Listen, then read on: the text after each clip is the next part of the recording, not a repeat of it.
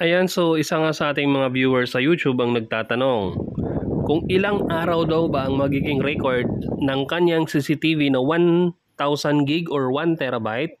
Tapos ang kamerang gagamitin niya ay 8 peraso na 1080p.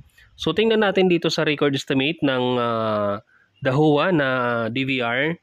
So pero kung sakali maaari nyo naman napababa pa yung mapahaba pa yung record sa pamamagitan ng paggamit ng motion detection na settings. So, mas makakasave kayo doon kasi may mga area na na wala namang gumagalaw lalo pag gabi. So, ayan, pumili tayo ng 8 camera na naka 1080p. So, ayan, isa, dalawa, 7, dagdagan pa natin ng isa para maging 8. 8 siya na naka 1080p.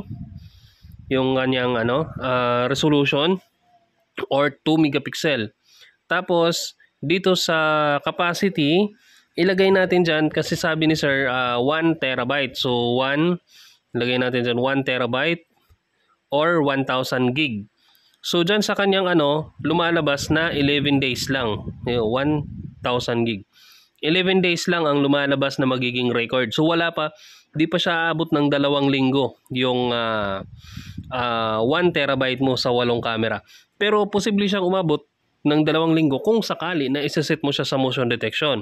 So sa kung paano mag-set ng motion detection, balik ka sa HDD manager, tapos click mo yung schedule.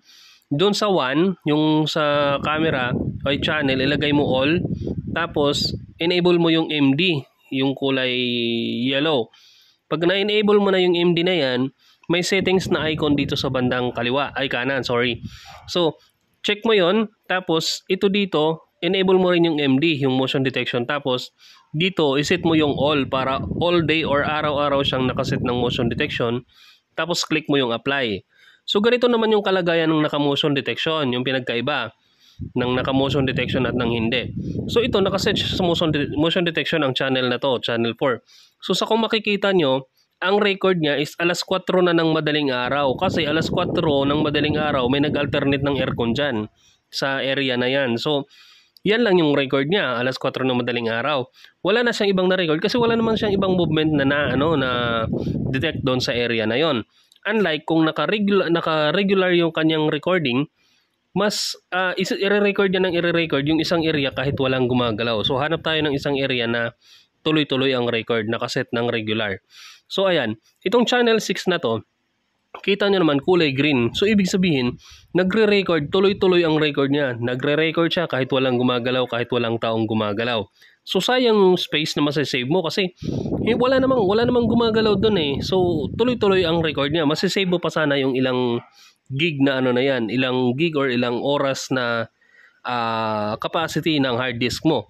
So kung sakali, kasi kung isa-set mo siya ng motion detection, ibig sabihin, lang siya, hindi niya i-record kung wala siyang madetect. Pero kung may madetect siya mga pusa, dahon, or hindi na madetect ng kanyang camera, automatic isi-save niya yon. Okay? So, ayan, hanggang doon lang. Sana nabigyan natin yung kasagutan yung tanong ni sir sa kung ilang araw ang magiging record ng kanyang 1 terabyte na hard disk sa 8 camera. Okay? So, ayan, hanggang dun lang. So, kung may katanungan kayo, maaari kayong magtanong. Huwag lang mathematics. Maraming salamat!